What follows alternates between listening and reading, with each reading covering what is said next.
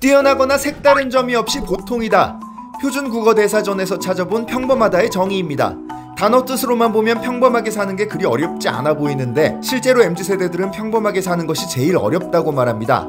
올해 서울시에서는 서울 2030 세대의 삶을 분석하기 위해 조사를 벌였습니다. 조사 결과 서울 MZ세대 평균의 삶을 엿볼 수 있었는데요. 과연 MZ세대 평균, 평범의 삶은 어떠한 삶인지 한번 알아보겠습니다. 2021년 기준 서울의 2030 세대는 모두 286만 명으로 전체 2030 인구의 21.3%를 차지했습니다. 그 수는 남자 140만 명, 여자 146만 명으로 여자가 조금 더 많았습니다. 여기에 인천과 경기도를 포함한 수도권 2030 세대를 계산하면 54.9%로 2030 세대의 절반 이상이 수도권에 거주하고 있는 것을 확인할 수 있었습니다. 그 이유로는 일자리와 문화생활, 교통 편의성이 꼽히고 있습니다.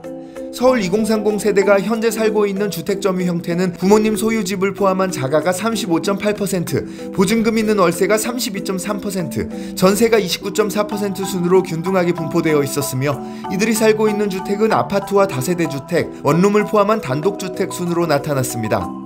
또 통근, 통학은 주로 대중교통을 이용하고 있습니다. 통근, 통학 시 주로 이용하는 교통수단은 지하철, 버스와 지하철 환승, 버스 순으로 이용하고 있었습니다. 도보를 이용한다는 2030 세대는 12.8%, 승용차를 이용한다는 인구도 9.5%로 조사됐습니다. 10명 중 1명은 도보로 통근, 통학을 하고 있다니 조금 부럽습니다. 직장 생활로 넘어가 보겠습니다. 서울시 직업이 있는 2030 세대의 주 평균 근무 시간은 40시간 20분으로 조사됐습니다. 이들의 고용 형태는 정규직 67.7%, 무기계약직 19.3%, 기간제 계약직이 11.9%, 유급 인턴이 1%로 조사됐습니다. 주 평균 근무 시간은 정규직이 제일 많았으며 무기계약직, 기간제 계약직, 유급 인턴 순으로 적었습니다. 이들의 월 평균 소득은 20대 남성과 여성 모두 200에서 250만원 사이가 가장 많았으며 30대의 경우 남성은 300에서 350만원, 여성 200에서 250만원으로 성별의 차이를 보였습니다.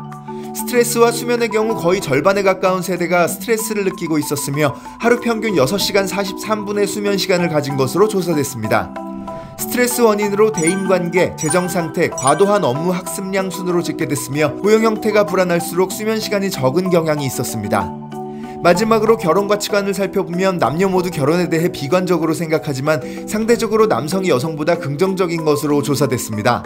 반드시 결혼을 해야 한다는 질문에 남성이 2.85점, 여성이 2.47점으로 남성이 결혼에 더욱 적극적이었으며 자녀 출산에 대해서도 남성이 더 긍정적인 것으로 나타났습니다.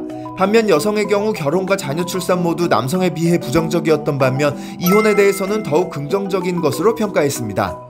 이렇게 2021년 서울 2030의 평균의 삶을 조사해봤는데요. 200만원 조금 넘게 벌며 대중교통을 이용하는 20대의 삶이 평균이라는 것을 알 수 있었습니다. SNS나 커뮤니티 속 일부 사람들을 평범한 삶이라고 착각하지 않았으면 좋겠습니다. 구독과 좋아요를 눌러주시면 세대 간 최신 트렌드를 발빠르게 전해드리겠습니다. 감사합니다.